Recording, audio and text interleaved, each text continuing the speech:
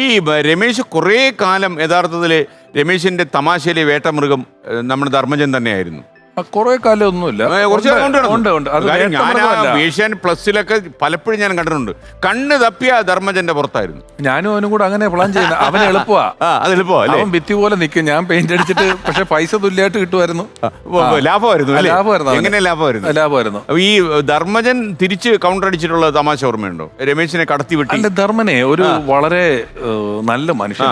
ധർമ്മൻ ഒരു ധർമ്മജൻ അങ്ങനെ നാട്ടുകാർ എന്നെ പറ്റി എന്ത് വിചാരിക്കുന്ന ഒരു മനുഷ്യൻ. അലീസ് അവനതിൽ പോവും. എന്നെ പറ്റി സാറിന് അവനൊരു കുറ്റം പറഞ്ഞ് വിശ്വസിപ്പിക്കാനൊന്നും പറ്റില്ല. അവന്റെ കൂട്ടുകാരെ പറ്റി നമുക്ക് അവനെ പറഞ്ഞ് തെറ്റിദ്ധരിപ്പിക്കാനൊന്നും പറ്റില്ല. വളരെ അങ്ങനെ പറ്റുമായിരുന്നെങ്കിൽ രമേശ് ഫിഷറുടെയും ധർമ്മജനും രണ്ടൊരു പാത്രമായി പോയി എന്നോ പോയല്ലേ. നമ്മൾ തീരെ സ്ക്രൂ വെച്ചിട്ടുണ്ട്. വിചാരിക്കാത്ത ചില കാര്യങ്ങൾ ഇവൻ ചെയ്തു കളയും ചില സന്ദർഭത്തില്. കൊല്ലത്ത് ഉളിയക്കോവിൽ എന്ന് പറഞ്ഞ അമ്പലത്തിൽ ഒരിക്കലും ഒരു പരിപാടി. അപ്പോൾ വൈകുന്നേരം ഒരു 6-6:30 മണിക്ക് പരിപാടി തുടങ്ങണം എന്ന് പറഞ്ഞു. ഞാൻ ധർമ്മന് ഡേറ്റ് കൊടുത്തു. ഞങ്ങൾ അവിടെ പോകണം, ഞങ്ങൾ റെഡിയാവാനൊക്കെ. അന്നത്തെ ദിവസം ഒരു ഉച്ചയോടുകൂടി ഞാൻ വിളിച്ചപ്പോൾ ഇവൻ കുന്നംകുളം മലപ്പുറം ഭാഗത്ത് എവിടെ ഒരു CD കടയുടെ ഉദ്ഘാടനത്തിന് പോയിരിക്കുക. ഞാൻ ചോദിച്ചേടാ നീ എന്ത് തെമ്മാടിത്തരം കാണിച്ചു, നമുക്കിന്ന് വൈകിട്ട് പരിപാടി ഉള്ളതല്ലേ, നീ വേണ്ടേ അതാ ഇതെന്നൊക്കെ ചോദിച്ചാൽ പറഞ്ഞു ഇല്ല, ഞാനൊരു കാറിലാണ് പോയിരിക്കുന്നത്, ഞാൻ നേരെ സ്പോട്ടിൽ എത്തിക്കോളാം, നീ ഒരു ടെൻഷനും വേണ്ട.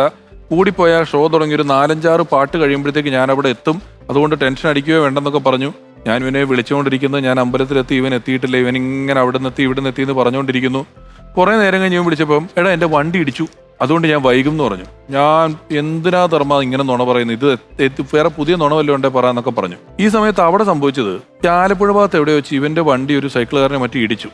അയാൾ നല്ല വെള്ളമായിരുന്നു, ഇടി കൊണ്ട ആള്, അയാളുടെ കുഴപ്പം കൊണ്ടാണ് വന്ന് വണ്ടിക്ക് മുന്നിൽ കയറിയത്. നാട്ടുകാരെല്ലാം കൂടി ഇടി കൊണ്ട ആളെ ധർമ്മജന്റെ വണ്ടിയിലേക്ക് കയറ്റിയിരുത്തി. ധർമ്മജന്റെ വണ്ടിയിലേക്ക് കയറ്റിയിരുത്തിയിട്ട് ആശുപത്രി കൊണ്ടുപോകാൻ പറഞ്ഞു. ചോരയൊക്കെ ഉണ്ട്, രക്തമുള്ള ആളെ ആശുപത്രി കൊണ്ടുപോകാൻ വേണ്ടി പറഞ്ഞു. ഈ പോണ വഴിക്ക് വെച്ച് ഇടി കൊണ്ട ആളിങ്ങനെ മുഖത്ത് നോക്കിയപ്പോൾ അടുത്തിരിക്കുന്ന ധർമ്മജനാ. ഇവിടെ തന്നെ എവിടെ കണ്ടിട്ടുണ്ടല്ലോ ചോദിച്ചപ്പോൾ ഞാൻ ധർമ്മജനാണ്. ധർമ്മജനോ, നിങ്ങൾ എവിടെ പോകണമെന്ന് ചോദിച്ചു. കൊല്ലത്ത് ഒരു പരിപാടി ഉണ്ട്, അതിന് പോവാന്ന് പറഞ്ഞു. എന്നാ ഞാനും വന്നോട്ടെ എന്ന് ചോദിച്ചു. ശരിയെന്നും പറഞ്ഞിട്ട് ഈ ഇടി കൊണ്ട ആളെയും കൊണ്ട് പോയില്ല.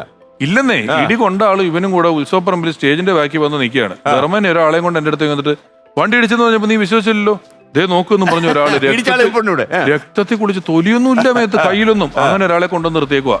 ഞാൻ സൈഡിൽ കസേര ഇട്ടിരുത്തി ഇയാൾക്ക് വെള്ളമൊക്കെ കൊടുത്തു കഴിഞ്ഞിട്ട് കമ്മിറ്റിക്കാർ ഓർത്തത് ഇയാള് സ്കിറ്റിന് മേക്കപ്പ് ചെയ്തിരിക്കുവാന്ന്. വനോ നോക്കിയിട്ട് ഇത് സൂപ്പർ ആയിട്ടുണ്ടെന്നുള്ള പോലെ അഭിപ്രായം പറഞ്ഞിട്ട് പോകുന്നുണ്ട്. കുറച്ച് കഴിഞ്ഞപ്പോ ഞാൻ നോക്കുമ്പോ ഇയാളുടെ കെട്ടൊക്കെ ഇറങ്ങി തുടങ്ങുമ്പോ വേദന തുടങ്ങി. അവിടെ ഒരു വലിയ ഫാൻ വെച്ചിട്ടുണ്ട്. ഈ ഫാൻ ഇങ്ങനെ തിരിഞ്ഞ് ഇയാളുടെ നേരെ വരുമ്പോ ഇയാളിങ്ങനെ കാറ്റടിച്ചിട്ട് വേദനിച്ചിട്ട് ഞാൻ ചോദിച്ചു വേദനിക്കുന്നുണ്ടോന്ന് ചോദിച്ചിട്ട് പിന്നെ നമ്മള് അയാളെ കൊണ്ട് വണ്ടാനം മെഡിക്കൽ കോളേജിലൊക്കെ പോയി ചികിത്സിച്ച് മാറിപ്പോയി. പക്ഷെ ഈ ലോകത്ത് ആരേലും ഇടികൊണ്ട് കൊണ്ടുവരത്തില്ല. സാക്ഷിയായിട്ട് കൊണ്ടുവന്നിരിക്കുക. തെളിവ് കണ്ടോടാ. ഓക്കെ, ഈ വിദേശത്തൊക്കെ പോകുമ്പോഴും ഇതേപോലുള്ള പരിപാടി ധർമ്മം ഞാൻ കാണിക്കൂ. ധർമ്മൻ വിദേശത്തൊക്കെ ഇങ്ങനെ ഞാൻ പറഞ്ഞാൽ ഇപ്പൊ എന്നോട് എന്താ പേര് പണ്ട് ചോദിച്ചാൽ ഇപ്പൊ ചോദിച്ചാലും നാളെ ചോദിച്ചാൽ ഇതല്ലേ ഉള്ളൂ പേര്. ഇനിയിപ്പോ ഞാൻ പിന്നിലോട്ട് പോയി കുറച്ച് നാളും കൂടെ ജീവിച്ചാലേ പുതിയ കഥകൾ കിട്ടുള്ളൂ എന്നുള്ള അവസ്ഥയിലേക്ക് എത്തിയിട്ടുണ്ട്. അങ്ങനെ കിടക്കാല്ലേ? അത്രയും നമ്മൾ ഈ ഡെയിലി പരിപാടിക്ക് പോകുമ്പോ കഥ പറഞ്ഞും പറയിച്ചു എല്ലാ സാധനങ്ങളും പറഞ്ഞു തീർന്നിട്ടുണ്ട്. ഇപ്പൊ വിദേശത്ത് പോകുമ്പോ ധർമ്മം ഒരിക്കലും ഞാനിപ്പോ ഒരു എയർപോർട്ടിൽ നിന്ന് ലിബാം തേച്ചു. സ്വിറ്റ്സർലാൻഡിൽ പോവാ, KG മാർക്കോസ് ചേട്ടന്റെ പരിപാടിയുടെ കൂടെ. കൊടും തണുപ്പാ.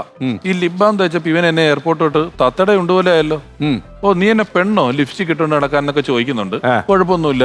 അവിടെ എത്തി 2 ദിവസം കഴിഞ്ഞപ്പം തണുപ്പടിച്ചിട്ട് ഇവന്റെ ഉപ്പൂറ്റിയും ചുണ്ടും ഒരുപോലായി, വിണ്ട് കീറിയിട്ട് ഇങ്ങനായി. എന്നോട് വന്നിട്ട് നീ ആ തേക്കുന്ന സാധനം ഇച്ചിരി തരുമോന്ന് ചോദിച്ചു. ഞാൻ പറഞ്ഞു വേണ്ട, തത്തട ഉണ്ടുപോലെ ആവും, ഇതായിരുന്നു നീ തേക്കണ്ടെന്ന് പറഞ്ഞു. ഞാൻ നോക്കുമ്പോ കൃത്യം വണ്ടി നിർത്തിയപ്പോ ഇവനെ തിന്നാനൊരു ബർഗർ കൊണ്ട് കൊടുത്തു.